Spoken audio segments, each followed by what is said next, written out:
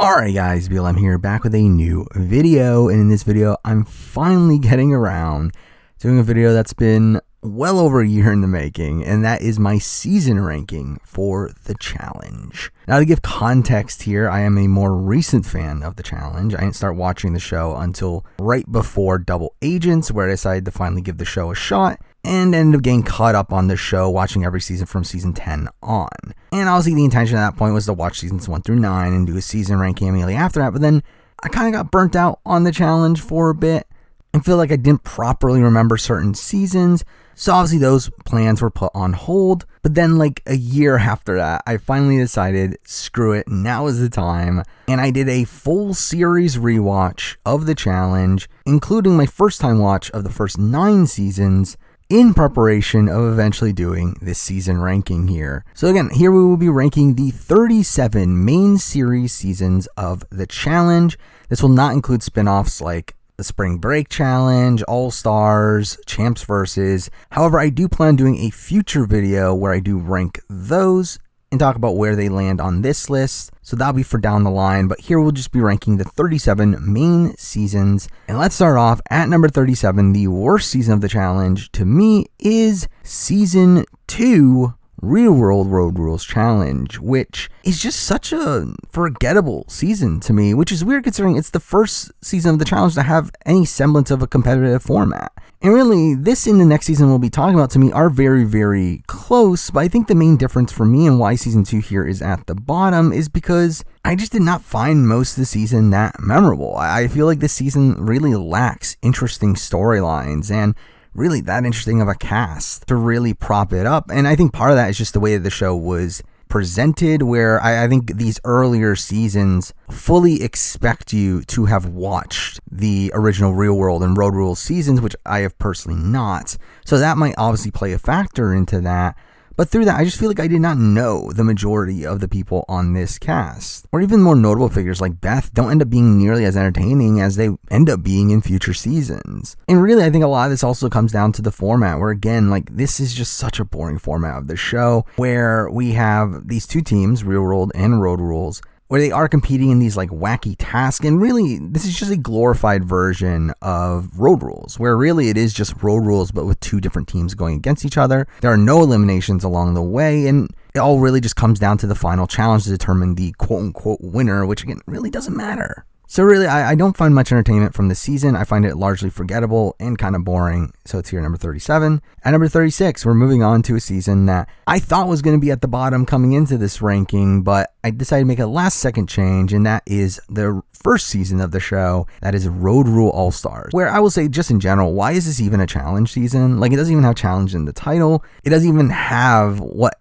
becomes the main concept of the challenge of these reality TV shows coming together. This is literally just a season of people from Real World doing a Road Rule season. And there's not really even a game to it. I mean, yes, they are doing tasks, but they're not competing against each other. They're just doing like random tasks while doing a road trip. Like, it's not the challenge. Like, it is a fundamentally different show. However, the one thing that puts it above season 2 for me is the fact that I feel like there are at least more notable storylines here. I mean, you do have the Sean and Rachel showmance that kind of is like the Boss Robin Amber relationship of the challenge here. You really just get to know this cast pretty well, considering it's only 5 people, and it's also a pretty short runtime to the point where like it never drags. It's simply a fine bit of reality television that you can consume in less than 2 hours. Like, it's never really boring per se, but again, at the end of the day, it's not really the challenge, and it's not really that comparable to the rest of these seasons, but it is technically considered season 1 of the challenge. So it is on this list, and again, I have it above season 2 just because I feel like there are more notable storylines along the way.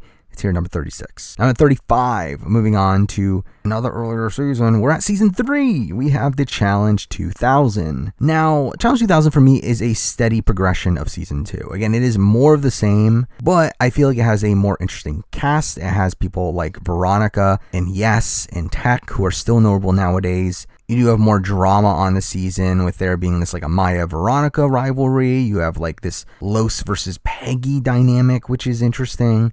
I feel like the tasks, even though they are more wacky in this season, are at least more notable than season 2. Really, for me, like Challenge 2000 really is just a steady progression of season 2. It's not anything that much better at the end of the day, but it slightly improves upon everything season 2 does, but is still fundamentally the same show, same terrible format. And through that, can't put it much higher than here than number 35. Number 34, guess what? It's season 4. Extreme Challenge, which has some positives and negatives in comparison to Challenge 2000, where, again, it is another steady progression of the Challenge 2000 with a similar format. Again, we still have this format where no one gets eliminated along the way, and really the final challenge determines everything. And, again, it's a stale format, but I do think this season, more than the last 3, have a lot more notable moments. And while it's not like the most fun TV, I mean, we do have the Ayana ejection, which is really interesting, especially in the modern day, like to think about how they would have handled that now and to see how the world was so different just 20 years ago. I do like the arc of Laterian across the season, where he like does the court case task by himself, which is just so dumb this is even a challenge. We have these other notable figures like Dan Renzi and Julie, and we have this like Julie versus Emily feud that's fun. Ramona from Survivor Borneo is a guest host numerous times across the season, which is just hilarious. Like really, I feel like as a whole, this is a more notable season to me than the previous 3. The minor issue with it is the fact that it is longer. It ends up being around the length of what the traditional challenge season would be moving forward, while the previous ones were a bit shorter than that. So again, it does get a bit bloated, but I think as a whole, it is a more notable season, and it's still better enough to be here at 34. Now at number 33, we've passed the bottom 4 seasons, the first 4 seasons of the show, but sadly, we're still keeping with earlier seasons of the show. And at number 33 of a season that I know, like the MTV fan base is relatively high on. However, it just did not click with me, and that is season 6, Battle of the Sexes. And I think the thing is that this season is good on paper. I think on paper it does have a really interesting cast. I do think you have some really interesting dynamics on this cast, especially early on. I mean, the premiere is really insane with this David versus Puck feud. And then you also have like Melissa versus Julie. And like there's some crazy stuff that goes on just in the premiere of this season. But I think fundamentally, this season just has many glaring holes in it. I mean, one, the Battle of the Sexes theme is not great. I mean, I think it's one that leads to these really big steamrolls the 2 times that happens, and that's just like kind of boring. Also, I feel like just the general format of having 2 people voted out an episode, one from the men, one from the women, is not super interesting, as again, like the entire eliminations were based on votes, which is fine if you're able to articulate why the votes happen, if the votes were actually interesting, which most of them don't end up being interesting here, especially because they give them an out and giving them a point system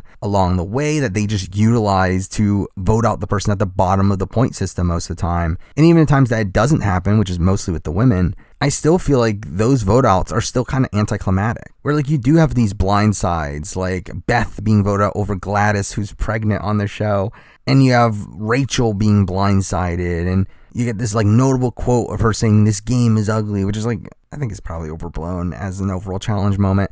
But I mean, really also, this season just really drags on. Like it goes on forever. And with how blatant the endgame result was going to be, again, I just do not find this that interesting of a season outside of the premiere. So because of that, I leave it here at 33. Now number 32, keeping with this tradition of earlier seasons, we're at season 5. We have Battle of the Seasons. And this one I think is actually a decent season. I mean, this is like a massive jump from the first 4 seasons. And really, in most situations, like I would consider this the first true challenge season. Or again, it is the first challenge season to have eliminations along the way. Now, they do stop that in like the back third of the season, which is kind of weird. But we do start off the season, again, with that similar format of Battle of the Sexes, where there's inner circle. People in the inner circle vote out a duo. But again, like I feel like the vote isn't given much gravitas here, and I feel like that's a massive hole. That being said, though, again, there are some interesting storylines along the way. You do have Chadwick and Holly being a bit power hungry early on and get targeted for that. That's interesting. You have the first appearance of Mike the Miz. You have the first appearance of Coral. You have Baloo being there with the baby, and that's just weird. I mean, there are some notable things about this season, but really, I feel like it falls into the same traps as Battle of the Sexes, considering it was literally the season before it. But I do think it has a better theme. Again, Battle of the Seasons works out better than Battle of the Sexes. So despite the back third of the season not having any eliminations, and it's more of a return to that season 2 through 4 format for that element of it. I do feel like despite that, I think as a whole, I enjoyed this product a bit more. So it's here at number 32. Now number 31, and this is a season I am very conflicted on because I do think on paper it probably should be a few spots higher. But I do think when organizing this list, one, it just makes sense to lump this in with the previous seasons we've been talking about. But also, I do feel like this is another season that just has so many glaring holes in it that it's tough to really justify putting it much, much higher. For me, and that is season 9, Battle of the Sexes 2. And again, this is a season that I think has a lot more interesting moments throughout it. I mean, it is probably one of the best old school casts. First appearance of Robin, Derek, Brad, Jody. I mean, you have the best Tina season up until this point. Tanya is a major character in this season. Ayanna has a really fun blindside. Rachel gets blindsided once again. There are notable moments here and there. However, again, it is still Battle of the Sexes, which I think is fundamentally a flawed format for the challenge. And this one plays out even worse than the previous one, where the men completely steamroll the women. And also, what makes it worse, that's the most boring men that steamroll the women. To the point where one of the more interesting moments of the entire season is Mark sacrificing his game to even further solidify that the men are going to win by forcing them to have Arissa in the final. But again, I do think this is a strong cast. I feel like there are strong individual moments along the way. And I do think the women field in particular is very strong here character-wise, especially for the time. The fact that the final 5 are all POC women is something that is pretty insane for a show back in 2004. But again, it is really the terrible format that holds it back. Not even just in the Battle of the Sexes, but also the fact that we revert back to the vote-off format after having changed the elimination format for 2 seasons. And also, the vote-off format here is worse, where the inner circle changes every round, which that's probably for the better, but the problem is that it gives no incentive to the people that actually try in the challenge, where the people not in inner circle, if their team wins the challenge, then they're vulnerable. So why would you want to win the challenge from a game standpoint? So I think that's also just a fundamental issue with the format here as well. But again, in comparison to all the seasons we've talked about so far, I do feel like it is the best season of that bunch, so it is here at 31. So with that, we're kind of out of this bottom tier of the list, but also kind of a tier that isn't really a tier, considering it feels like just a separate show, considering most of them have radically different formats from the majority of the show. But now we're getting into more proper challenge seasons, and finally jumping forward a few seasons for number 30 here. At number 30, we have a season I am overall conflicted on. I could definitely see the argument for this being a few spots higher. But at 30, I do have season 14, The Inferno 3. And The Inferno 3 is a season that I just keep on trying to like, and I really just can't. I've watched the season twice now. I came into my rewatch really hoping I would like it a lot more, and I just simply don't. And to be honest, I probably liked it less. I mean, I think this is just outright just a boring season. And it just feels weird that this comes immediately after Fresh Meat and a Duel, 2 seasons that kind of evolve the challenge into something closer to what we see in the modern day, only for them to revert back to the Inferno 3, which kind of feels like a primitive format at this point. That being said, again, there are some notable moments here. I mean, the CTDQ is icky, but also fascinating TV to me. You do also have the Timmy elimination in his final speech. This season is the first ever win for Derek, so he gets this big redemption arc here. And then also you have Kenny and Evelyn's first wins here. You do have Susie's run across the season where she's constantly being targeted but is able to win life shields, and all that is strong on paper, but I feel as a whole the season is just really lacking. It's really just not that interesting of a season for a lot of it. Now again, I can see the argument for this being a few spots higher, especially considering the next few seasons we'll be talking about are kind of clumped together. But I just struggled to really look at this season too highly, considering both times I've watched it now, I just found myself bored for the majority of the experience, with these very minor points in the seasons being somewhat notable. So again, it's not really enough for me to put it much higher. It's here at 30. Number 29, we're finally moving on to a season that I very openly did not like in my season review, And we're jumping all the way to the most recent season of the show. We have season 37, Spies, Lies, and Allies. And again, I rewatched this season, and I still found most of it really boring. Now, I will say I'm actually probably like slightly higher than what I was on my initial watch. Where I feel like on my initial watch, I kind of got to the point where I was just kind of hate watching the show. Where like I feel like I was able to be a bit more like just fine with it on the rewatch. Like, it is long and it is boring. I don't like the dailies. I found a lot of them boring. I think the storytelling of the season is a mess, and I don't think they really had a solid concurrent plot thread throughout the season outside of, I guess, Casey and Nani, but like barely that. Obviously, the Vet Alliance dominates the season. That makes it just kind of boring, especially once the rookies end up turning on each other. That being said, though, I think the first like 6 episodes of the season or so are actually pretty strong. I do really love episode 1. I love seeing the downfall of Michaela. I think that was fun. The Kells stuff was also really interesting. The Corey, Michelle versus Huey, Amber elimination's fantastic, and really just Fessy blindsiding Amber's great. Like, all that stuff is really, really strong. But then, like, the back 2/3 of the season just really dragged for me, especially once the team format starts, which, like, on paper, I actually think is actually a better format than what the season started off with. Where I think the fact that we had these constantly changing duos and there being the ability to create these rookie pairs really just kind of ruined all the suspense early on. But the team format is, like, again, a better technical format. It's just also the point where like nothing of intrigue is actually happening, where most of the rookies that are left in the game at that point are people that are well integrated within the vets. And we have this like core vet power structure that still holds strong. And it's just, there's not much really going on across the back half of the season. That really does make it drag. Now, I will say that I think Amanda is still a fantastic character, and really I think she saves a lot of the back half of the season from being like just outwardly nothing. But it's still a mostly boring season for me with no real concurrent storyline, and it just feels like a mess of things just happening without any real purpose to it from a narrative perspective. And because that, again, I just do not like Spies, Lies, and Allies. It's here at number 29. Now, number 28, who would have guessed it? Removing the one season before, we have season 36, Double Agents. And for me, Double Agents is, again, another one I expected to like more on the rewatch, but I just simply didn't. And again, it is a very similar season to me, to Spies, Lies, and Allies, where I think, like Spies, Lies, and Allies, it starts off very strong. I think the first like 5 or 6 episodes of Double Agents are pretty good, and then you have everything up until the reboot being fine, but then like after that, the back half of the season just really drags, and obviously is just as bloated as the previous season. This is a season with the skull twist, which like I think is interesting on paper, but again, I think in execution, seeing it on the return here did not lead to as many interesting dynamics as it did in Total Madness. I also feel like the rookie field here is really bad.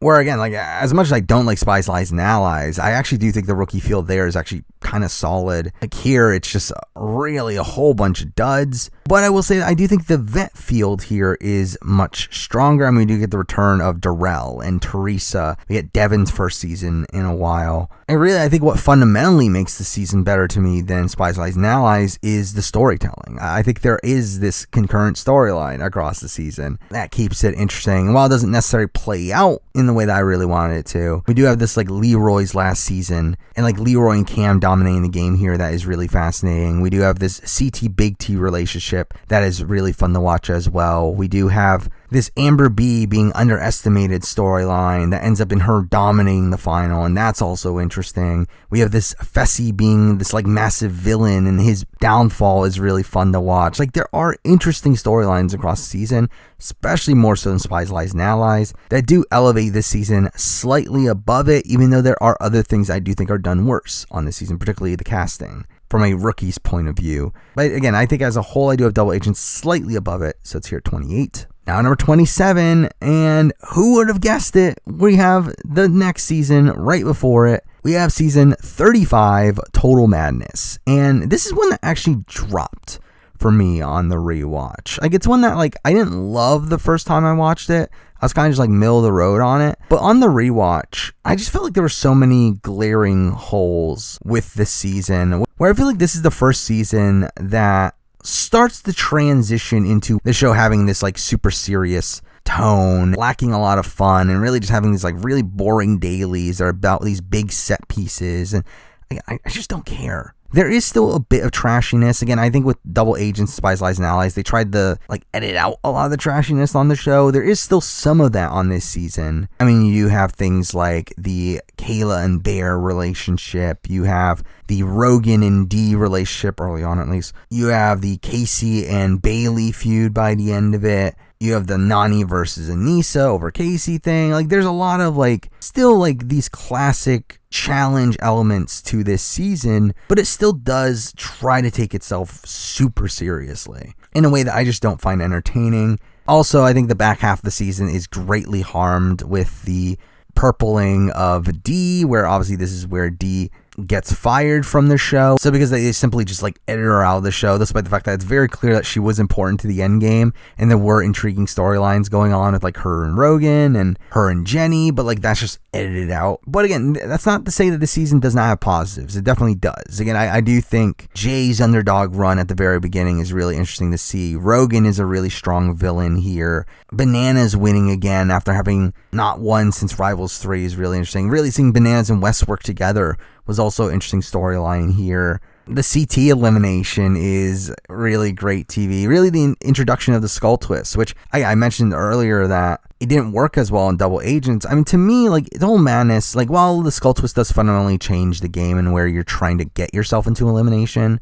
and that's something I don't necessarily love, I do like this added layer of strategy that we did see for this season. I did find that at least fascinating the first time around. And really, again, this is a season overall with a lot of pros and cons. I do think the storytelling of it is a bit of a mess, especially with these storylines set up in the first half not really meaning anything by the second half because of Dee being taken out of the show. And because I think the back half of the season is pretty boring, especially with it getting to a point where people are just throwing themselves into elimination to get the skulls. And again, it's not the most riveting TV by the end of it, but I think there are at least interesting points here and there that you keep it at the top of the more recent seasons. So it's here at number 27. Now number 26, we're moving on to a season that I know there is a portion of the fan base that does really love this season. However, I've just never clicked with it, and that is season 29, Invasion of the Champions, which, again, I just never loved this season. It's weird because, it is a very important season to the show. It is a season that really propels people like Nelson and Ashley and Corey as really main characters in the challenge. You do have the first appearance of people like Kayla and Hunter, Nicole Zanata and Sylvia. You have the return of CT and Laurel and Cara and Darrell and Zach, after them taking breaks. This is on paper a really, really important season of the show, and does have some decent moments here and there. Again, particularly I think this Tony storyline at the beginning of the season where he's leading one side while Nelson's leading the other, and two sides facing off at the beginning, I think is interesting. You do have the elimination where Nelson backstabs Corey and Shane. That's fun. You do have these really epic matchups on the champion side of things with CT beating Darrell, and you have Darrell versus Bananas, and you have Camilla beating Laurel the first time Laurel will lose the elimination. You have Laurel versus Cara. It's there's a lot of interesting eliminations on this season. I just feel the season as a whole, though, just really drags for me every time I watch it. It is a pretty long season, but also one with a really strange format where we start off with 18 non-winners that play their own game, and then 5 episodes in we add in 8 champions, but then they're also kind of just playing their own separate game where the underdogs can't ever face off against the champions, and we're always guaranteed to have 2 underdogs and 1 champion in the finals. It's really weird. I really find this format just bizarre, and I really just don't like how it was handled here. But really, it is the importance of this season, plus also the individual solid moments along the way that do keep it above all the seasons we've talked about so far. But again, I do feel it's still a season that really drags and has a mediocre format. So it's here at number 26. Now, number 25, we're moving on to a season that I'm just overall very conflicted on as well. And I kind of have a similar take to Invasion with this season having some pros and some cons from that as well. But at number 25, we do have season 16 of the challenge. We have The Island. And The Island is a bizarre season of the show, where it's obviously them trying to take inspiration from Survivor.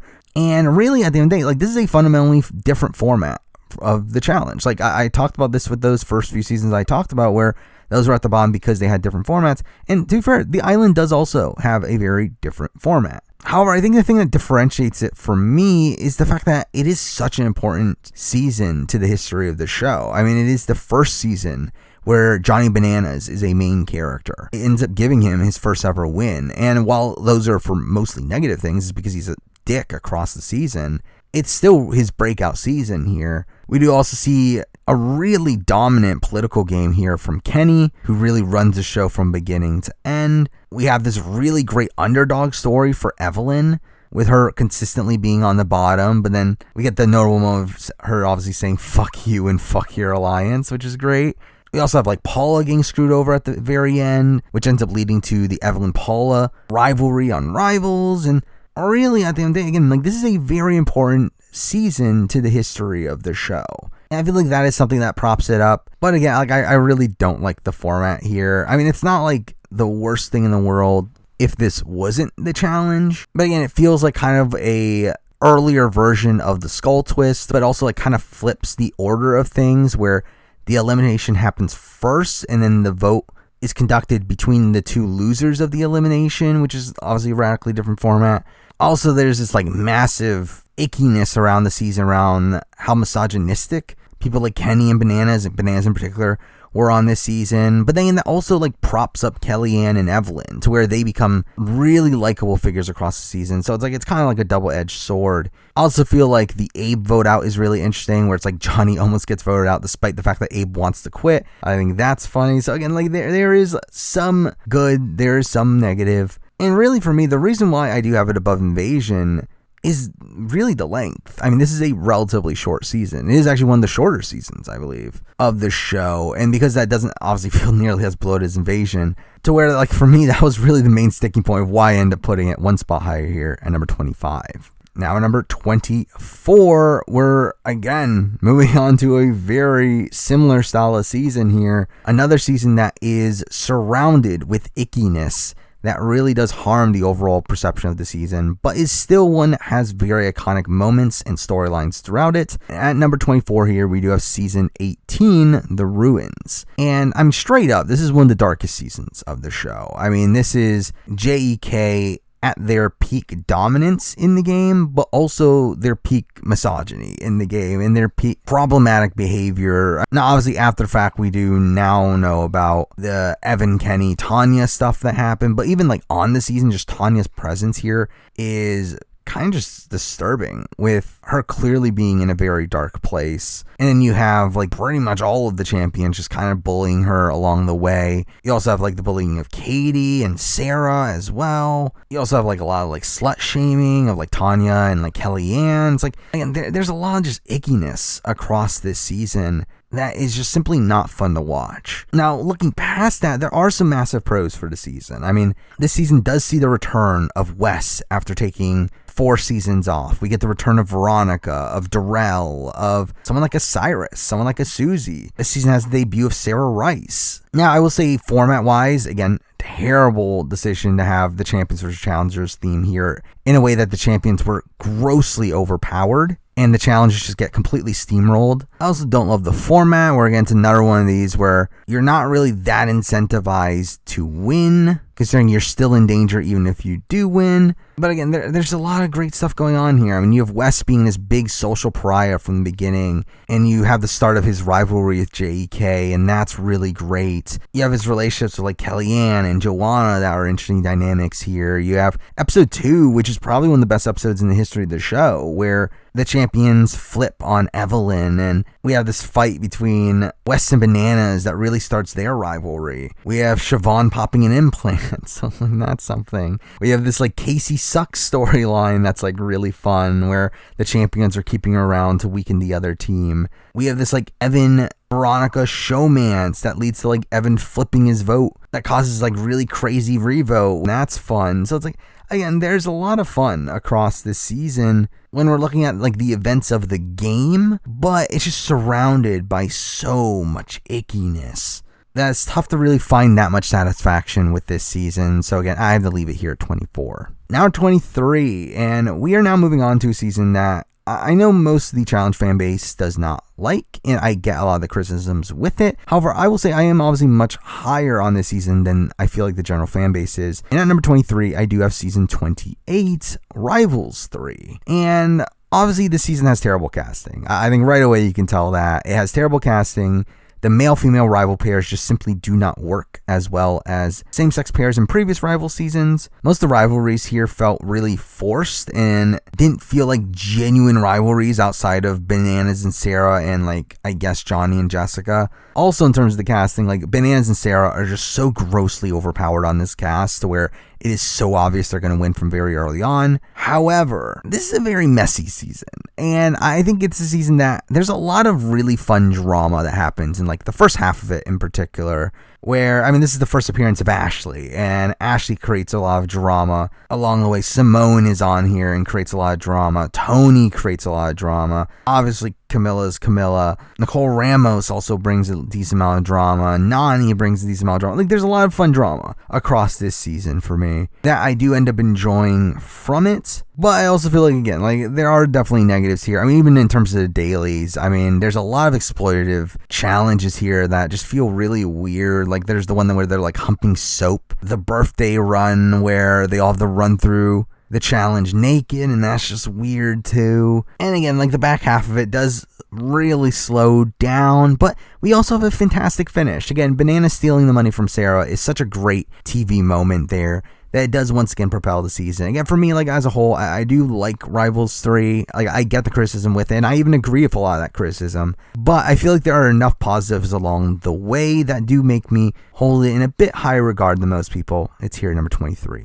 And the same thing goes with number 22, where at number 22, another season that is not well liked by the general fan base, and that is season 27, Battle of the Bloodlines. And again, like, another thing, I get the criticism of the season. Half the cast is pretty boring, and even outside of that, when we look at the vet side of things, there are a decent amount of newbies there. There are a lot of, like, big time competitors kind of missing from this cast. So again, the casting of the season is very lacking, but I still find fun from this season. Like, while on paper, this, like, element of eliminations where the family member of the eliminated person gets dragged out of the game as well is, like, that's technically a bad thing on paper. I do think it actually adds an interesting layer of strategy to this game as well, to where I do think it leads to interesting dynamics. Again, we saw, like, Bananas and Anthony trying to throw the challenge to try to keep Kellyanne around. I think that's an interesting element of this season. And we do get some notable debuts here from people like a Tony and a Corey. Tony in particular gets a really big edit in the first half of the season, and I think he is a fantastic character there. And we instantly see his, like, fight with Shane. That's insane. His hookup with Christina. Him eventually getting DQ'd from, like, rupturing his spleen, which is insane. Dario ends up being a better character than I remembered. We're kind of trying to lead the Minority Alliance. And you have the Ralphie elimination where Ralphie loses because Dario celebrates too early, and that's just hilarious. You also have Kara and Thomas's hookup, and Abram joining in the game late, and that's also kind of insane plot thread. You obviously have, like, the Jenna Brianna fight, which is just hilarious. And really, this ends up being, like, Jenna's strongest season. I mean, Corey, I believe, breaks the record for most amount of daily wins in a season, so that's something. Kara gets her first ever win, and that's a really fun storyline here. Again, like, I really feel like this is a kind of strong season by the end of it, but again, one that is greatly harmed by its casting, where around half the cast is just outright bad, and that's obviously a massive issue here. But in terms of the overall, like, events of the season and how the season plays out and, like, the storylines of the season, I actually think it is a competent season, and one I do think is a bit underestimated by most people. So I do have it here at number 22. Number 21, we're getting back into some more older school seasons of the show with a string of them here. The first one of which is one that, I'll be honest, like, I think this one I could definitely bump down. I mean, I really have it this high to kind of lump it in with these other seasons. But I do think realistically, I think there's a debate between this and the last few seasons we've talked about. But at number 21, I do have season 11, The Gauntlet 2, which as a whole is a season I'm, like, largely conflicted with, largely because, like, I feel like it's a season that I look back on a lot more favorably than what I was thinking when I was actually watching it. And I feel like that's the way it happened with both times I watched the show, where I think when I look back on the season, I think of things like the Joe meltdown in the premiere. I think of like the runs of Alton and Keena and Derek, who have really strong seasons here. I mean, this is really Derek's breakout season, with him dominating the airtime and him having 4 elimination wins and almost getting to the final. We do also have this like Kara and Susie drama of them trying to create this alliance with the other side but get called out on it, and that's also interesting. We also have this being TJ's first ever season. That's also notable in its own right. So again, there's a lot of like little things to point out about this season that kind of prop it up. But it is also a season that, like, I think when I watch it, I just don't find it as interesting for some reason. But, I mean, Gauntlet 2 does feel like a pretty classic season. I mean, it does have a lot of, like, legendary old-school competitors on here. People like a Cyrus, people like a Mark, people like a Beth. With Beth having a pretty strong run here. I mean, like, Ruthie's there. Again, as I mentioned earlier, Alton. Like, it really is just a season I'm kind of, like, conflicted on as a whole, but I do feel like it does kind of attach itself to these next few seasons we'll be talking about that made me kind of move it up because of that, but I can definitely see the argument for being a few spots lower. But again, for now, I have it here at number 21. Now, at number 20, we're moving on from the Gauntlet 2 to the Gauntlet 1, season 7 of the show, which is a really classic season. I mean, it's a season that has a really great old school cast that has like really strong storylines throughout. I mean, you do have the first appearance of Katie Doyle. You have Veronica, who's a massive character on this season, that has feuds with like Katie and Coral. Again, you have Coral, you have Trishelle, you have The Miz and his showmance with Trishelle, which was really interesting. You have The Miz and Coral's friendship that deteriorates across the season. You have Trishelle and Coral's rivalry. This is Alton's first season. You have the Mike versus Abram elimination. It's like, there's a lot of like really classic things about this season. And along the way, you also have this like great character arc for Sarah, who ends up winning 5 eliminations. Still the tied record up to this day.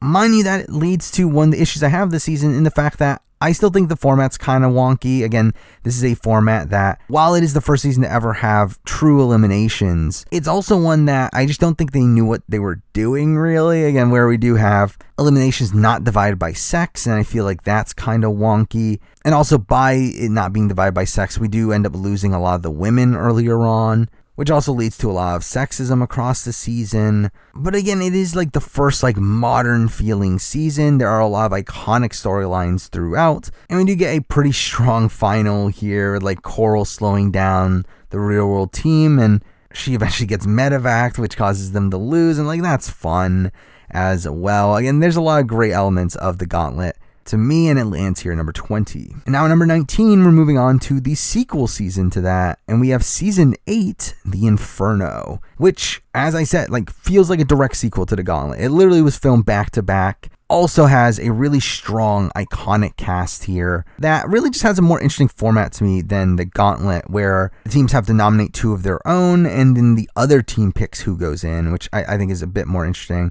This also ends up being the first CT season, so that's something. But something I do find about the Inferno seasons as a whole is I feel like a lot of them are like really over the top in terms of their production design. I feel like that just comes off as kind of ridiculous here. But again, we get strong storylines here. We get Cyrus like being looked at as the old guy, which is again funny considering he's still doing All-Stars to this day. But it's funny that like on the Inferno, one of the first seasons of the show, he's already considered the old guy. But you have his storyline there. You have Julie being a really fun character and her rivalry with Coral, and then also her trying to kill Veronica. You have the Mike and Trishelle storyline with them now having broken up and her being jealous of him in the club. You have the continuation of the Katie and Veronica storyline from previous season. And really just Katie as a whole ends up being such a massive character on this season, with her actively trying to sabotage her own team to the point where the Real World call her their mascot. Yet despite all that, she's still able to get to the end and still ends up being one of the winners of the season, which is just funny.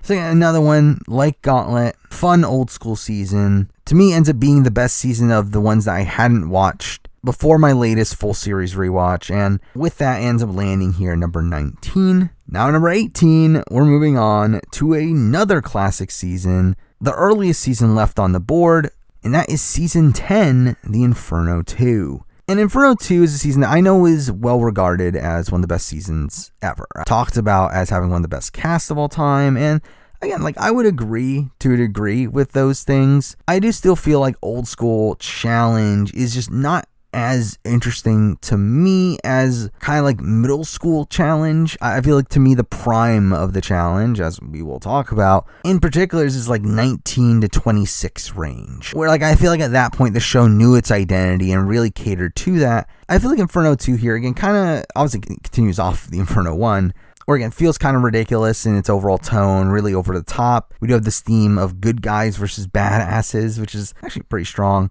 This does end up being the final season for The Miz, and ends up being a strong one for him. Landon's first season is here, and that's a pretty good run as well. Dan and Tanya have pretty fun underdog runs. And really, Tanya just ends up getting into a lot of drama across the season, and we do see her getting bullied by like Veronica, Rachel, and Tina, which is not great. And we see her fight with like Robin over Mark Long. We see her fight with Beth to where Tanya dumps Beth clothes in the pool. Jody is a pretty big character across the season as well, and she gets into this drama based around her switching her decision based on what the badasses were doing, and they get called out for cheating, and that's great. We have Brad getting a wedgie, which is a thing. And really, we get this like really good underdog run for the good guys, where despite them losing most of their members by the end of it, they end up dominating the final. So again, really great cast, really solid season as a whole. I do think for me, Inferno 1 and Inferno 2 are actually very, very close to where they're pretty much interchangeable, but for me, I did end up landing Inferno 2 here at number 18. Now, number 17, we're moving back to some more recent seasons of the show, and this is one that my opinion of it really dropped on the rewatch, where this is a season that I actually had in my top 5 after my first watch of it, but then on the rewatch, I just did not get the same feeling anymore. And at number 17 here, I do have season 30 of the show, Dirty 30, which I do feel like is overall an underwhelming season. It is weird because it is obviously the 30th season, and the way that the show promotes it is as if it is this big event, talking about getting the 30 dirtiest players to come back to the game, which,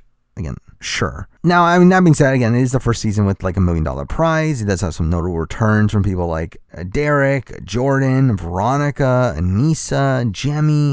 It is the first season with Tori Deal. It's also the final season with Camilla, but also that leads to a lot of ickiness around the season. But it's like, it's a weird like half measure of a season here, where it feels like half the cast are these like legendary figures that you would expect for a season like this, but then the other half are just kind of nobodies. Also, I feel like this season essentially takes everything good about the free agents format and then sabotages it by the concept of the double cross, which is taking everything good about the kill card, but then flipping it, where with the double cross, it makes it so the person that pulls the double cross by random choice ends up picking the other nominee. The problem with that is the fact that that means that the majority alliance will always have the odds in picking the double cross because they obviously have more people. That means that the person in the minority out of the people picking the double cross is always going to be on the bottom there and is more likely going to go in unless they get extremely lucky, in comparison to the kill card, which is much better because in that situation, the odds are reversed,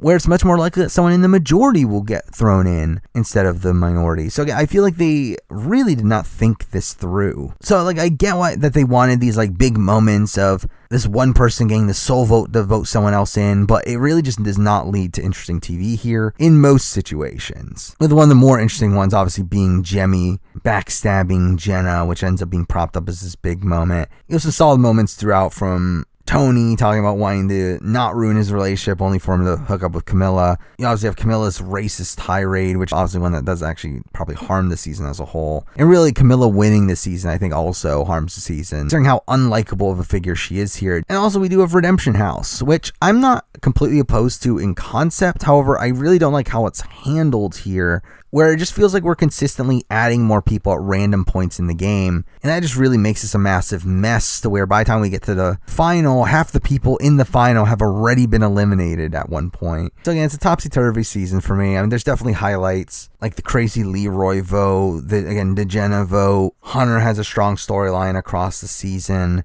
It does like have half of an iconic cast, but I feel like the results this season are obviously not the most ideal. Kind of just on this season at this point. It's here at number 17. And now number 16 is a season that jumped up for me on my ranking after the rewatch. A season that I had way below Dirty 30 last time, and now it's above it. And that is the following season. We have season 31, Vendettas, which I just think as a whole is a pretty consistent season. I mean, it's one where it doesn't overstay its welcome. And while most of the season is kind of baseline, there are definitely massive pros this season as well. I mean, this is the first season to cast from outside of just MTV in what is a really weird rivals format, which I don't like. I don't like this bringing back rivals but then not pairing them up with each other, but also not really being solidified on who is rivals with who. I just feel like it's kind of weird how they handle it here. But again, we do get the introduction to a lot of notable figures. I mean, this is the first season with Cam, with Jocelyn Rogan, with Kyle, with Kaylee, with Melissa, with Natalie Negrati. I mean, these are some pretty notable figures for the upcoming seasons. We get the return of Brad, which was a really random return at this point. We do start off the season with that foot race, and I thought that was fun to see Rogan just die on the mountain. We had the start of the Cara and Kyle showmance that ends up being a massive storyline moving forward.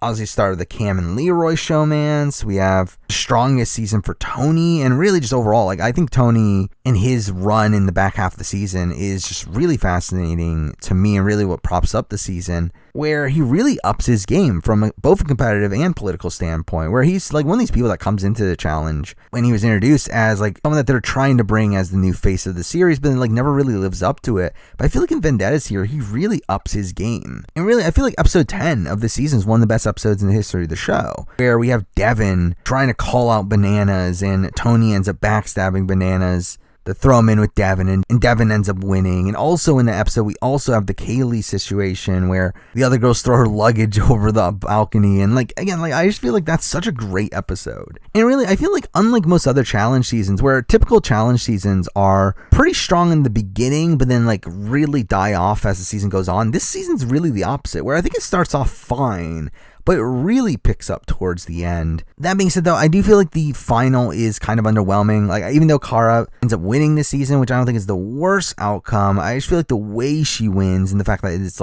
only one individual winner and it really all comes down to this one puzzle, it's just kind of an underwhelming element of it. But yeah, as a whole, I think this is a pretty strong season. I think it's one that is a bit underestimated in the grand scheme of things, and one that I did really enjoy on the rewatch. It's here at number 16. Now number 15, we're on to a season that I am kind of conflicted on, where I feel it's a season that I enjoyed the first time I watched it, but then as time went on, my opinion of it kind of dropped a bit. And then I rewatched it, and I feel my rewatch further cemented those thoughts. And at number 15 here, we do have season 22, Battle of the Exes. And in many ways, this does feel kind of a spin-off of Rivals, obviously coming immediately after it and kind of being a slight modification of it. And I feel it tries to take that formula, but just doesn't do it as well. While there are obviously certain dynamics here that are pretty interesting, particularly in the CT and DM relationship, which is a major storyline here, I feel most other dynamics just aren't nearly as interesting as those you would see in a Rivals season. Now, the season does have the return of some people we hadn't seen in a decent while at this point. People like an Abram,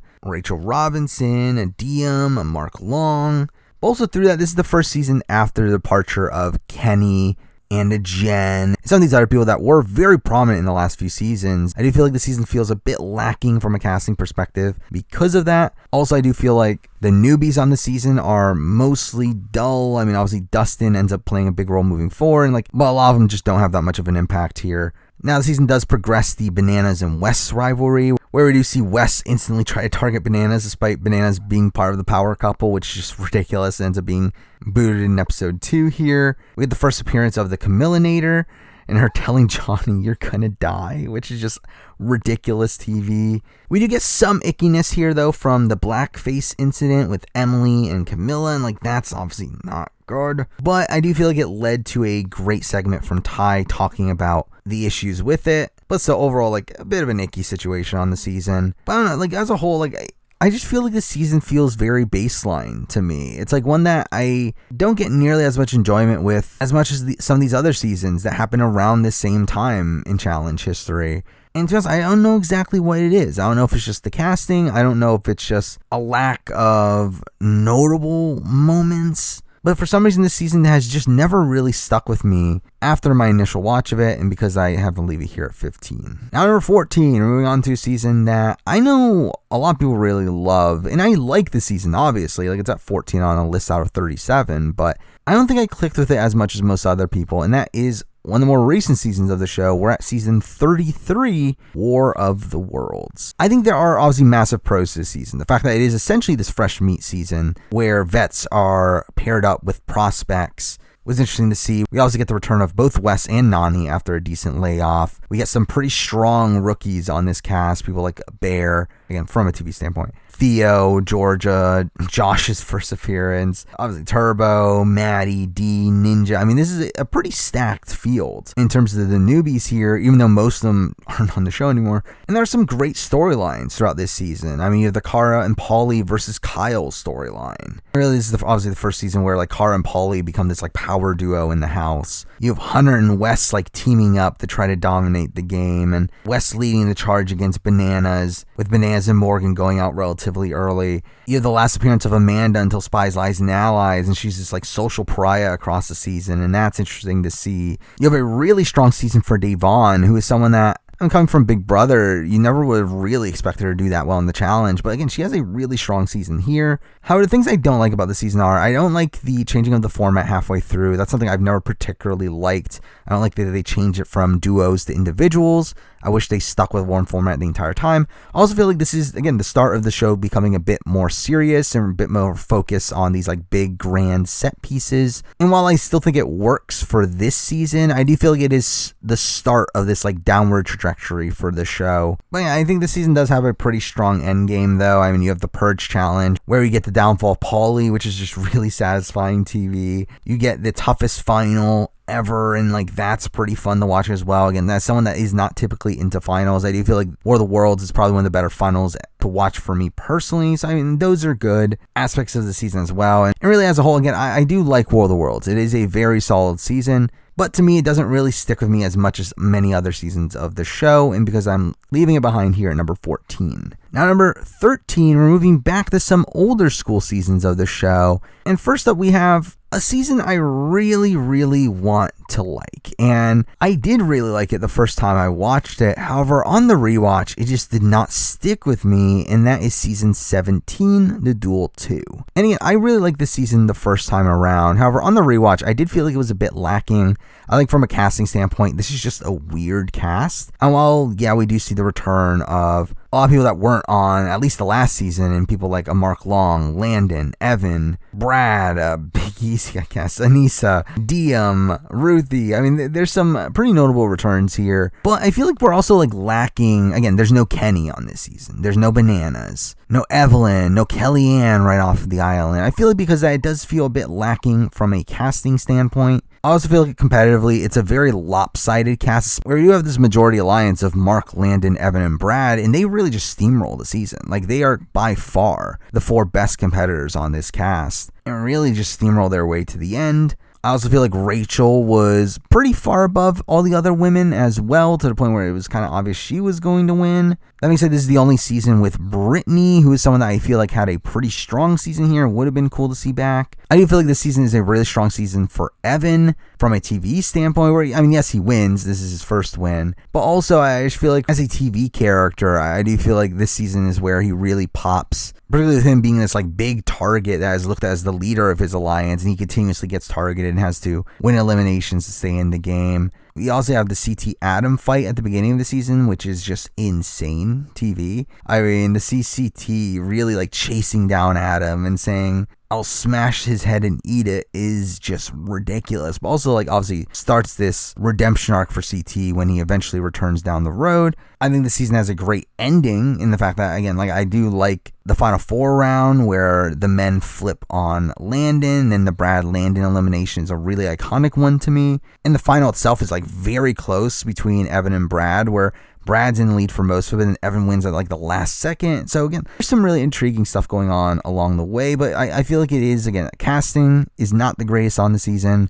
And I feel like it is lacking like really big characters outside of Evan, who does really just dominate the screen time. to where there's something feels missing here, and because I leave it here at 13. Number 12, another season from a similar spot in challenge history, and another one that I also had a similar trajectory of this season being, I think it was my number 4 season on my initial watch through of the series, but after the rewatch here, it has dropped significantly, and that is season 15, the Gauntlet 3. And I mean, this one I do think is better than Duel 2. I think casting is much stronger on this season. Obviously, we do have vets versus rookies, and I think the vets team is a very strong grouping of players here, with it having some of the more notable figures from this point in challenge history. I mean, it has Kenny and Evan, it has CT and Diem, it has Brad, it has Bananas, it has Evelyn, it has Coral. Like, it really feels like a steady progression of seasons 12 and 13, where I feel like, as I mentioned earlier, Inferno 3 felt very jarring, and the fact that it felt very disconnected from the seasons that came before it. While I feel like the Gauntlet 3 does feel like a steady progression of those seasons, I also feel like along the way we get some really interesting storylines with Frank and Jillian on the rookies team, who have this massive underdog run. Nehemiah has a decent run there. You have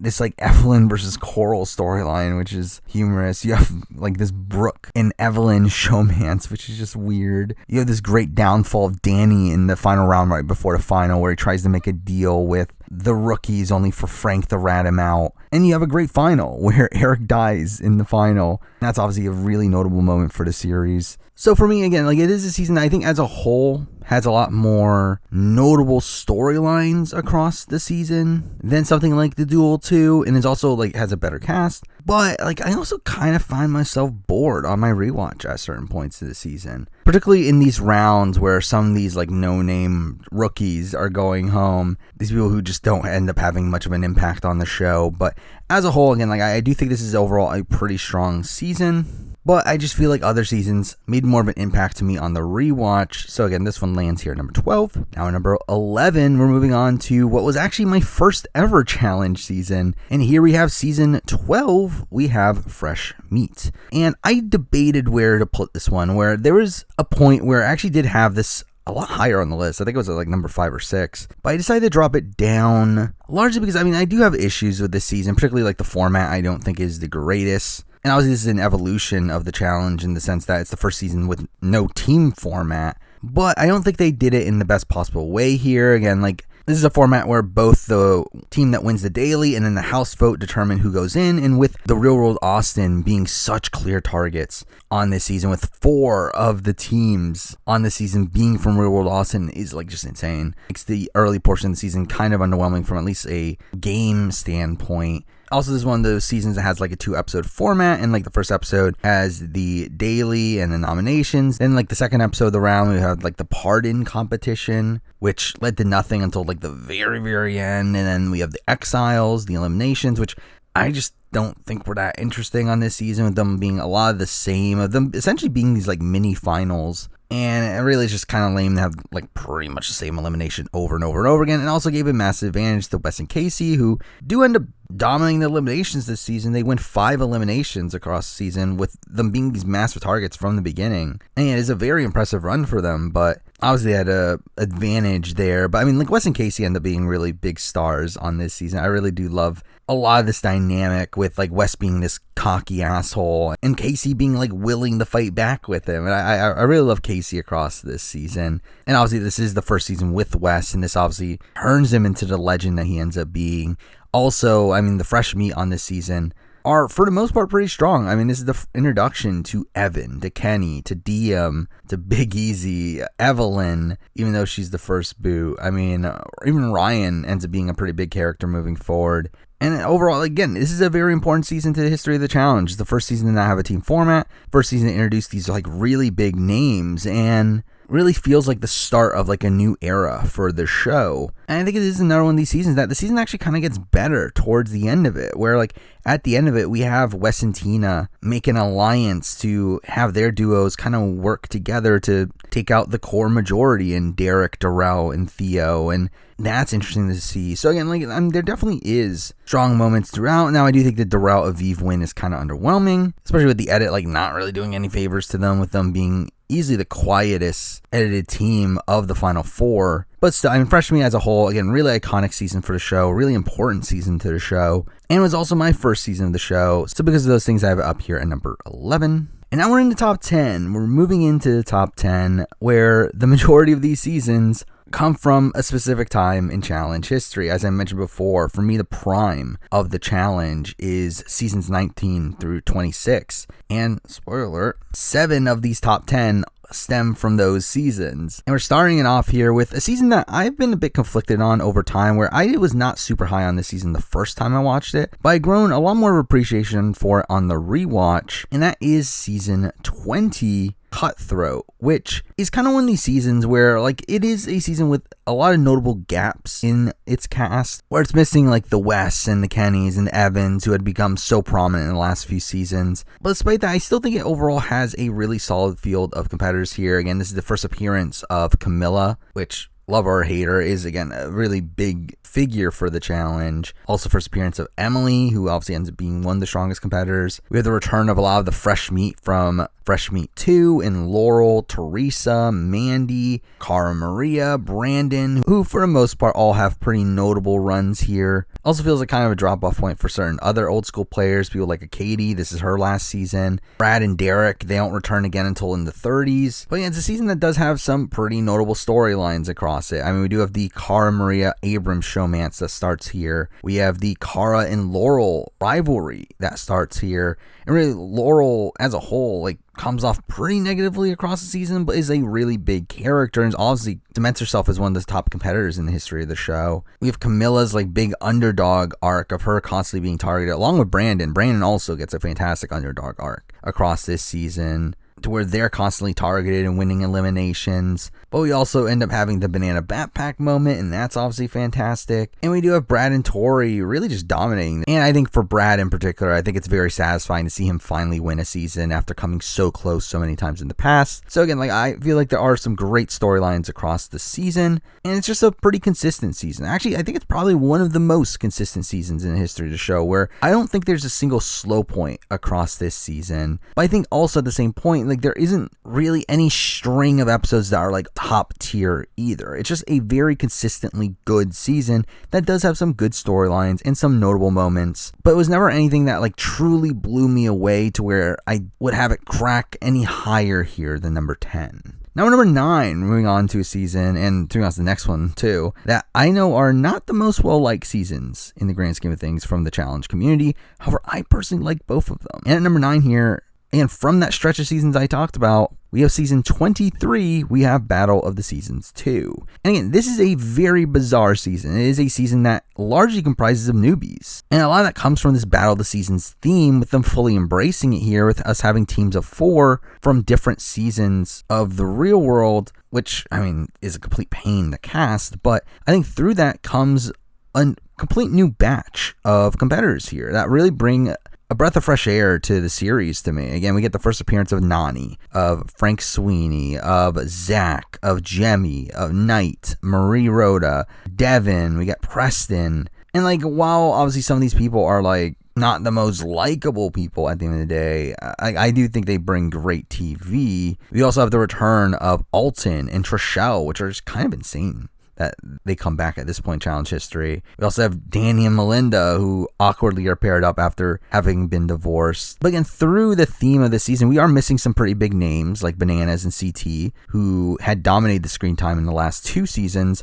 And there are some duds on the cast here and there, but I do feel like for the most part, the cast here works. It is a very messy cast. It is a cast that is very prone to arguments to the point where it does get a bit icky at points. Like the way that Frank treats people across the season is very questionable, but at the same time, I do think it makes for better TV. And same thing goes with someone like a Knight, who again is a questionable person, but also still a massive villain for the show. Zach's another one, kind of a dick, but also pretty good TV, has good confessionals. We have this like Dustin Trishelle rivalry, which is just kind of hilarious, where they actually perform well together, which is even funnier. Now, I will say that the gameplay does feel pretty stagnant early on, where again, it is Austin and Fresh Meat going out back to back, and like that can be boring. But again, I felt like there was a lot of drama along the way that still kept it fresh. I mean, we get this really fascinating storyline of Alton where like he just doesn't want to be there, and seeing him react to these other more like crazy characters around him is really funny.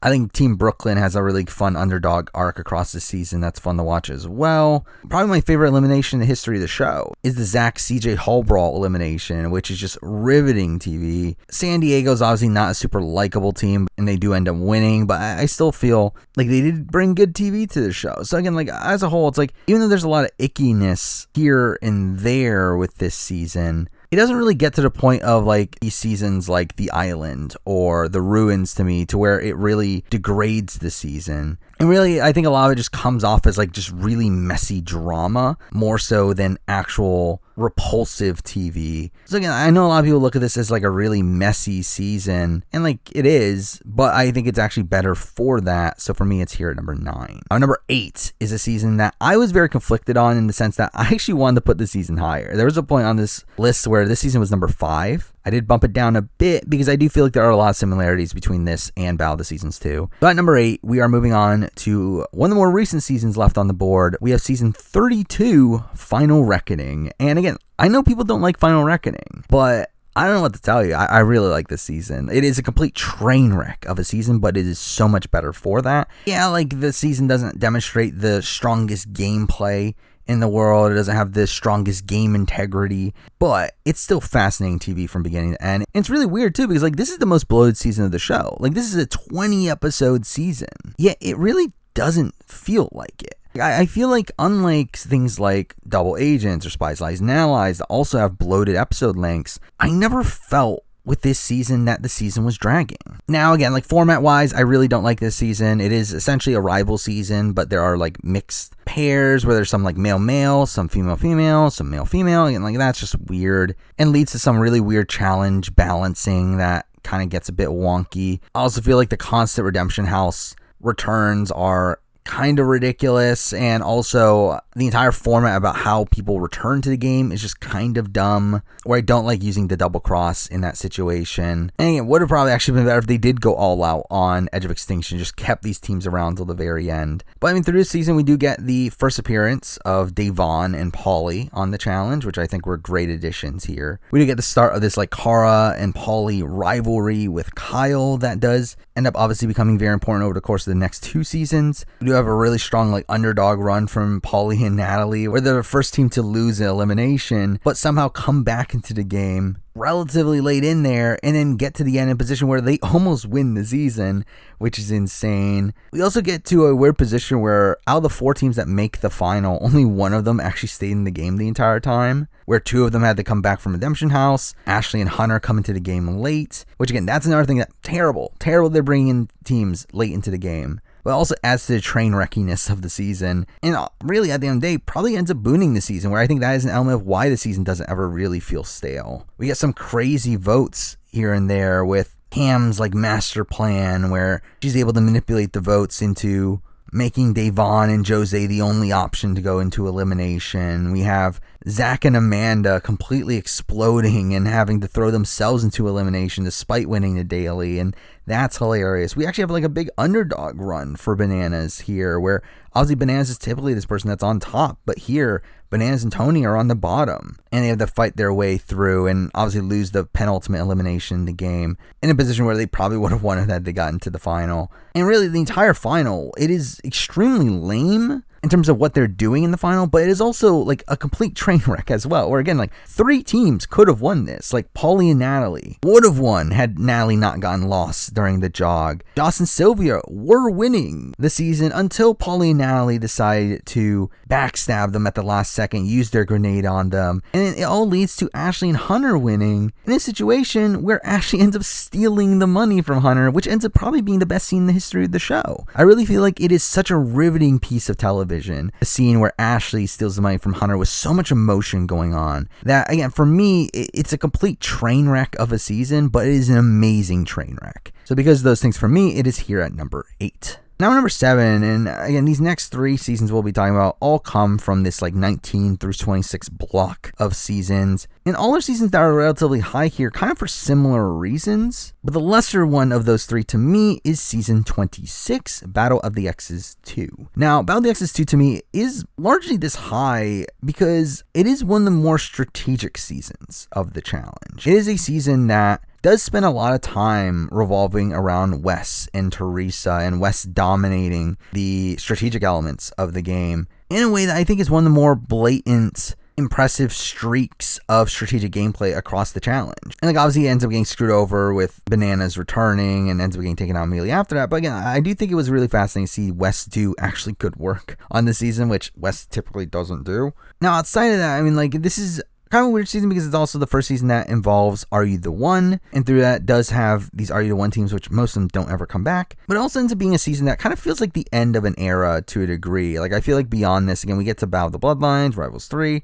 And I feel like at that point, it feels like it's transitioning to a new crop of competitors. Battle of the Exes 2 here ends up being the final season for some of these more prominent people that were on for the last few seasons. And people like a Dustin, a Jeanne, Teresa's last season until Double Agents. Really, Leroy's last true season until Dirty 30, considering his weird eliminations in the next 2 seasons. Jordan's last season until then. So again, it feels like kind of the end of an era of the show to a degree. And also ends up obviously being the last season for both Knight and DM, with the DM one especially being heartbreaking, considering you see her in this frail state and see her being taken to the hospital, which is really just depressing. Now, beyond that, you have some pros and cons. You have Battle of the Exiled, which overall I did not like, and it was even weird that it wasn't even shown on the show for the most part. You have the toxicity of the Zach and Jeanne relationship, and just Zach across the season is just super unlikable.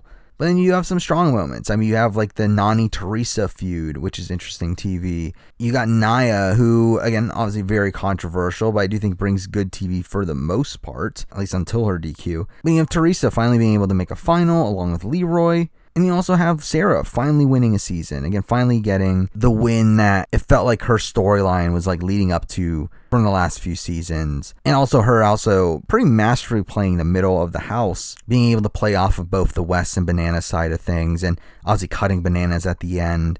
And overall, it's a pretty strong season, both from a gameplay perspective and from your typical challenge perspective. So overall, again, Battle of the Exes 2, while there are definitely holes in the season, I do think it elevates above that to end up landing here at number 7. Now, number 6, onto a season that I was conflicted on in the sense that I actually went way down on this immediately after my latest rewatch, to where this season was actually around 13 or so on the ranking. But then I jumped back up when recontextualizing the list, largely because I feel like this season and Battle of the Exes 2 are not that dissimilar in my overall thoughts on them, with me actually probably thinking that this season has more notable overall moments throughout it, and that season is season 19, Fresh Meat 2. And Fresh Meat 2, again, is a great season on paper. I think it has the introduction of some really notable figures moving forward, and Cara Maria, Laurel, Brandon is a fun figure, Teresa, Mandy. They all make names for themselves moving forward. We do get an interesting group of returnees here, with obviously Kenny and Wes being the stars of the show here. But even then, we get the return of Jillian, which is really random. We get the return of Landon. Evelyn comes in at the last second, and that's really interesting. And really,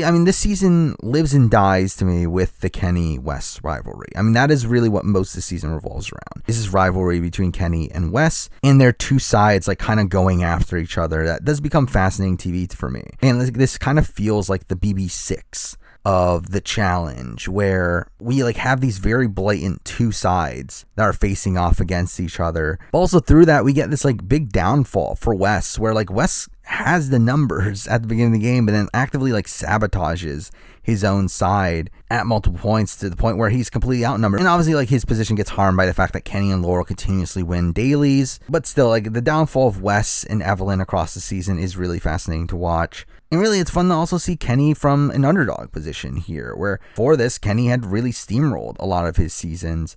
But now he's coming into this on the bottom, and him actually having his probably most impressive competitive season he's ever had, where him along with Laurel obviously dominate this season. And along the way, we get your typical drama. You get Mandy and Jen getting into a fight. We have one of the dumbest fights in history of the challenge of Danny grabbing Pete's potatoes which leads to like Danny fighting with everyone. We also have some more interesting gameplay of like Jen and Ryan kind of playing the middle and playing both sides, so that's interesting. We have Landon really coming out of all of this, where despite being paired with Carly, he ends up really dominating this season competitively, where he ends up essentially like almost single-handedly winning, kind of like dragging Carly through the season, like something that like Wes tried to do with Casey back in Fresh Meat 1, but Landon actually is successful in doing so here. It ends up being like one of the more impressive wins in history of the show to me. So again, there's a lot to like here. It's definitely a strong season. I will say, like, when I rewatched it recently, I did find certain parts of it kind of boring at points, but I do feel like the season's probably better as a whole than it is when you look at it in separate pieces. So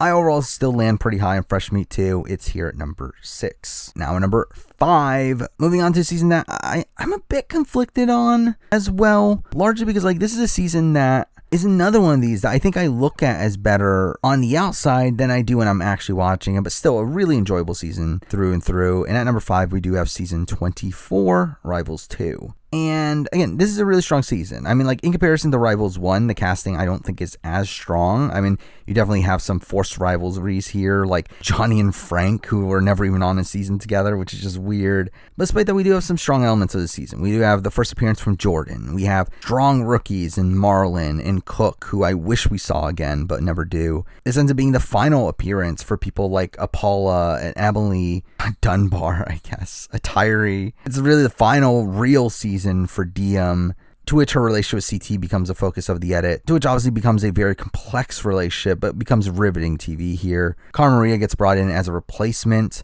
and her and Cook end up having a really strong underdog run across the season. You have the dominant performance from Paula and Emily, which, to be fair, they didn't have that much competition, but they end up easily winning here. And then CT and Wes also have a very satisfying arc across this season, to where, I mean, again, like having CT and Wes together seems a bit overpowered.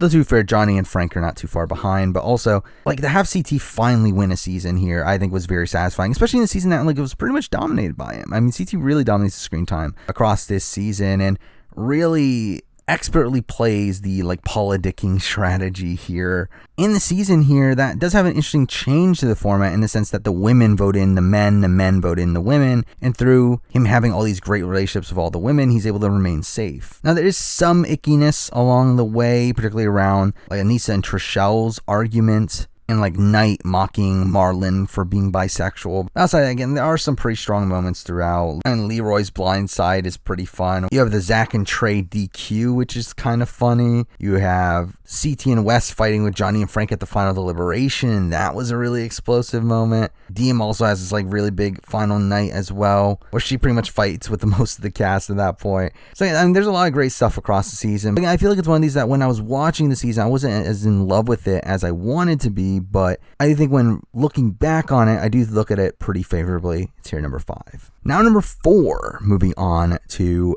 I feel like probably the last of my like more controversial picks here, where I feel like my top 3 are pretty definitively looked at as top tier seasons. This one's a bit more rocky, where I think this is a very divisive season, but I've always been very high on it. And at number 4, I do have season 34, War of the Worlds 2. And I really like this season. I think this is a fascinating season from beginning to end.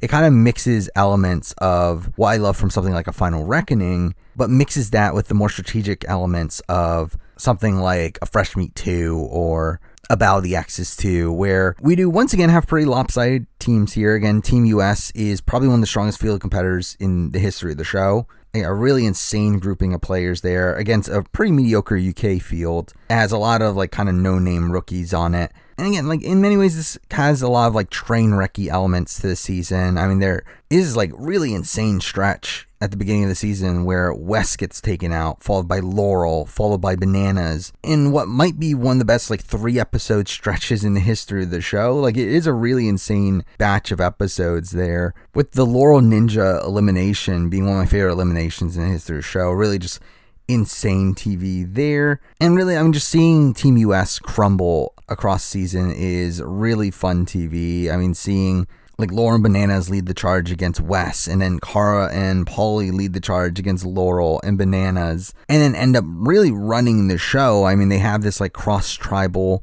alliance that ends up running the game, and that was like a fascinating element from a strategic point of view, where again, like considering the challenge doesn't really focus on strategy too much, I did find it pretty riveting to see this strategy play out here, but also like in a way that ends up being destructive to the actual team, where both teams lose a lot of their stronger members through them keeping with this cross-team alliance. I mean, Theo and Georgia have these massive underdog runs where they continuously have to win eliminations, but they eventually go home. Jordan and Tori, two of the strongest members in Team US, end up flipping over to the other side because of how poorly they were treated there. And it all culminates in Team UK end up beating US, which I think is just a fascinating storyline here. Along the way, I think we have like really good performances from Rogan and D and CT, with CT playing a pretty masterful political game across this season. We get the Joss and Kaylee purge, which to me is one of the more humorous moments in the history of the show. And really, again, the fall of Paulie in the final is also just humorous in the sense that, again, like I'm a big defender of Paulie as a TV character. And it is really moments like this, like the moments where he fails at things that do make him a great character. And I think through all of his cockiness across all of his seasons, only for him to fail at the very, very end is something I do find funny about Paulie as a character. And really just as a whole, again, like I do like World of Worlds too. I really enjoy it from both a gameplay standpoint and from a more entertainment-based standpoint. I feel like despite it having these 90-minute episodes and a bit of a longer episode count, it doesn't feel bloated. Like it doesn't really feel like it overextends its welcome. So overall for me, again, really high in World of Worlds 2. It's here number 4. And now we're at the top 3. And again, for me, the top 3 here are the top tier. I mean, I think these are the 3 seasons that just like outright feel like the top seasons to me.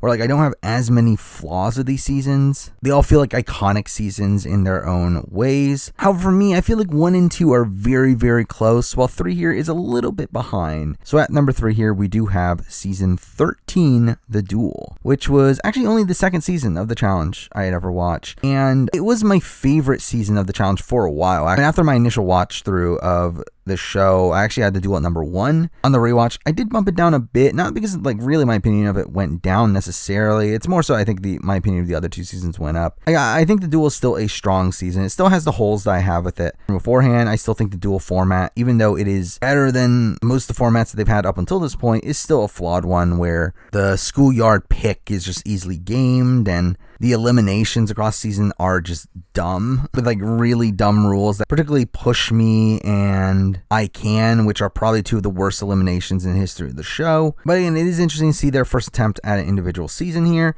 This is obviously one of the more iconic seasons of the show, having the return of the fresh meat from the previous season and continuing their storylines, while also having like Wes end up winning his season here, again his first win. You get the CT and DM showmance, which obviously becomes a major storyline moving forward, and is obviously just a really heartwarming element of this season, where we see CT, who really comes off as this cold, brooding guy, seeming to have true feelings for DM here, especially with DM coming off as this really sympathetic figure, with her obviously recovering from cancer and everything. We have the G.I. Jane moment, which is fantastic. We have the first appearance of some people that become pretty noble figures moving forward in Bananas, who is the first boot, but then Paula, Tyler, Nehemiah. This is probably one of Beth's better seasons on their show, and she's always a fantastic villain. Love Svetlana's run across this season. She's really fun. Anissa has a really strong run on this season as well. We obviously have the iconic Wes versus Derek pole wrestle, which is really notable. We have Wes and Evan making a deal to take out CT, and then Evan losing to CT and getting upset at Wes, and all that's fantastic. We have CT's eventual elimination, where he gets DQ'd, and him fighting with Wes immediately afterwards. That's also iconic. So there's a lot of like really iconic moments throughout, but still, I mean, there are some downsides, like the really dumb eliminations and kind of straightforward first few episodes. But again, really strong season at the end of the day. It's here at number 3. Now the top 2, and again, like for me, this is very close, where both of these seasons are seasons that I enjoyed so much more in the rewatch, where both of these seasons were not even in my top 5 coming into the rewatch. But obviously now I enjoy these seasons quite a bit. The question is, which one is at number 1? Because I think one of these seasons is overall feels like a more iconic season, the season that is more important to the series, and one that feels like a satisfying payoff to the series.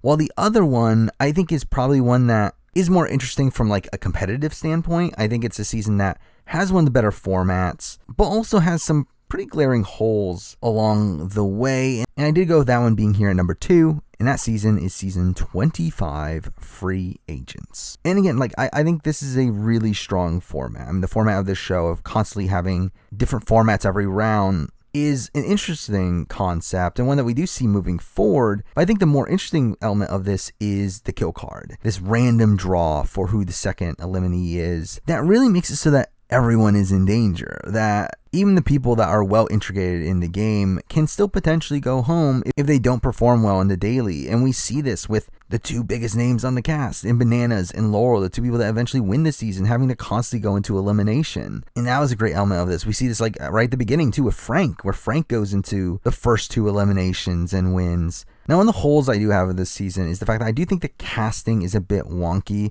It is a bit of a bizarre cast with it being extremely lopsided on both sides. I mean, yes, you do have a grouping of really strong competitors, where on the men you have like Bananas, you have CT, you have Leroy and Zach. On the women's side of things, you have Cara Maria, you have Laurel, you have Teresa, I guess Anissa. But like outside of them, the rest of the field is pretty weak. I mean, you have the return of like Emily Fitzpatrick, you have the return of like Isaac, you have the Jasmines of the world, the Prestons of the world. It's like, it's really like kind of a field outside of those like really, really top tier competitors, which despite, again, me praising the kill card and the fact that it does make these bigger threats go into elimination, it also makes some of these eliminations really lopsided. Because we have like Laurel facing off against Jasmine or Bananas facing off against Isaac. So it's kind of a double-edged sword. And the same thing goes for people that make it far in the game. People like Anani and a Devin and a Johnny Riley. These people who never have to go into elimination, getting all the way to the end pretty much based on pure luck. I think that's also kind of an underwhelming element of it. But yeah, along the way, we do get some great storylines. We do have like the Nani Kohata relationship. We do have Jordan becoming this massive villain and him having a rivalry of Bananas. We have a lot of rivalries with Laurel, as you would expect. We have Teresa doing her Teresa thing of her trying to organize the vote onto Laurel, but doesn't want any of the blowback, so she doesn't end up voting for her, which ends up backfiring on her. We have a really strong season for Cara Maria with her fracturing her hand and continuing beyond that. We get a really strong batch of final eliminations where CT faces off against Bananas and Laurel against Teresa. We also get a great final where they have to constantly swap partners throughout it. And while there is obviously luck within that, I did overall like the final as a whole. And obviously we have the moment where Zach dies on the mountain, so that's something too. So I get like overall really strong season. Has a little bit of holes in terms of its format and also its casting, but still really strong season. It's here number 2. And at number 1, the best season of the show for me. Again, like to me, this feels like the culmination of the series up until that point. And while I think probably other seasons probably have bigger like individual moments, I do feel like as a whole, the season that comes to mind when I think of the best season is season 21, Rivals. And Rivals to me is just a really iconic season here.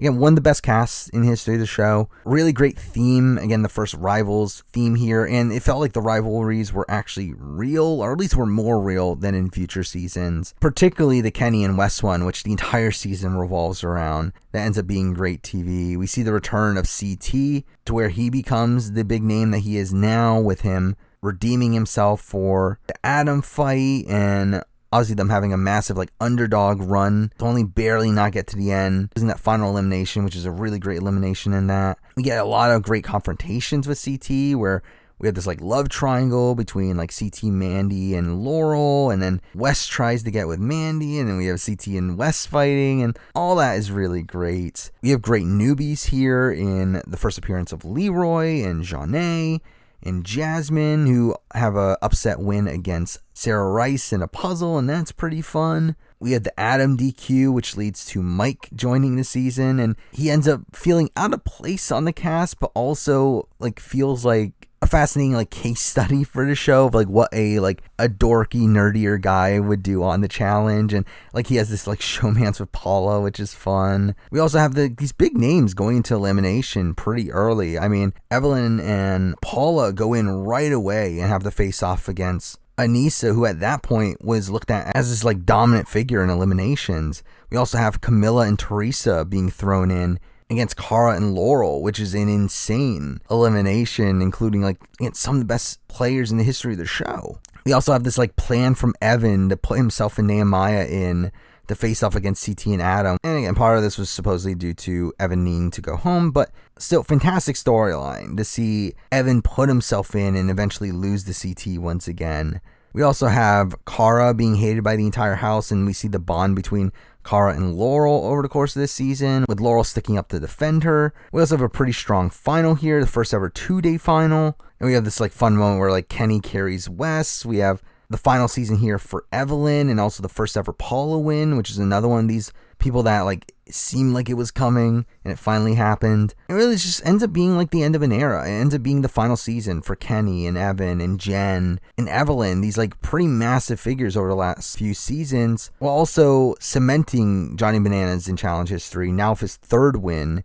Also introduces someone like a Leroy, who also becomes a long-term figure of the show, while also just having an outright fantastic season along the way. So again, for me, I feel like Rivals is the perfect season to have at number 1 here. And again, I do think it is relatively close with Free Agents, or I do think Free Agents probably has like better individual moments throughout it than Rivals does, but I feel like Rivals is one of the more consistent seasons on the board, and I just think thematically and what it does for a series is much more impressive to me. So for me, I have Rivals here at number 1. But there we go. I mean, that is my ranking of every season of the challenge up to this point. Now, I did mention this earlier in the video that, again, I do plan on doing a ranking of the spin-offs. That initially I was going to do it after All-Stars 3, but at this point I'm going to wait until War of the Worlds. So once that is done, you can stay tuned for that. Also would like to do more challenge videos down the road. I'll obviously be doing a review of All-Stars 3 when that finishes. And really, I would like to do more challenge videos down the road, but to be honest, not super secure in what exactly I would be doing in the near future outside of reviews. But I think it'd be cool to do some like casting videos and other sort of rankings for the challenge at some point. Obviously, that is for down the road. But for now, that is the video. Thank you for watching.